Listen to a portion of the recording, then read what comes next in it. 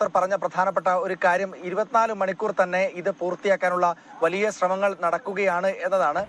അതായത് ശരിക്കുമുള്ള സമയത്തിൽ ഒരു ദിവസം കൊണ്ട് തന്നെ ഇത് പൂർത്തീകരിക്കേണ്ടതായിരുന്നു. പക്ഷേ ഈ ചൂരൽമലയിലുള്ള ഒരു പ്രതിസന്ധി എന്താണെന്ന് പറഞ്ഞാൽ ഈ കരയിൽ അടുത്ത് കെട്ടിടങ്ങളുണ്ട്. അതുകൊണ്ട് പുറകോട്ട് കൂടി സപ്പോർട്ടിന് വേണ്ടി ഉണ്ടാക്കേണ്ട ബെയിലി പാലത്തിന്റെ പ്രധാനപ്പെട്ട ഭാഗങ്ങൾ ഇവിടെ നിർമ്മിക്കാൻ സാധിക്കുകയില്ല. അതുകൊണ്ട് അടിയിലൊരു പ്ലാറ്റ്ഫോം പണിത് പുഴയിലൊരു പ്ലാറ്റ്ഫോം പണിതാണ് ഇത് താങ്ങി നിർത്തുന്നത്.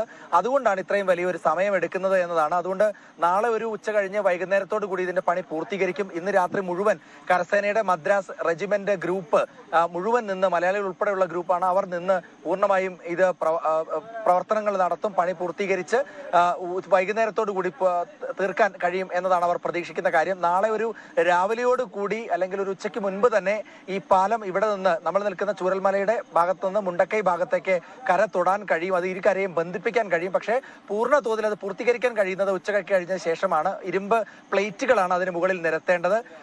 JCB വരെയുള്ള മണ്ണുമാന്തി യന്ത്രങ്ങൾ വരെയുള്ള വാഹനങ്ങൾ അതിലൂടെ സുഗമമായി കടന്നു പോകാൻ കഴിയും.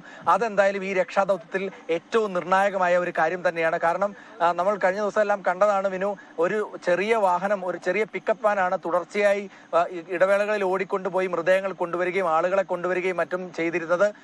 പക്ഷേ അതിനുള്ളൊരു പ്രധാനപ്പെട്ട പ്രശ്നം വാഹനങ്ങൾ അങ്ങോട്ടേക്ക് കടന്നു പോകാൻ കഴിയുന്നില്ല എന്നതാണ്.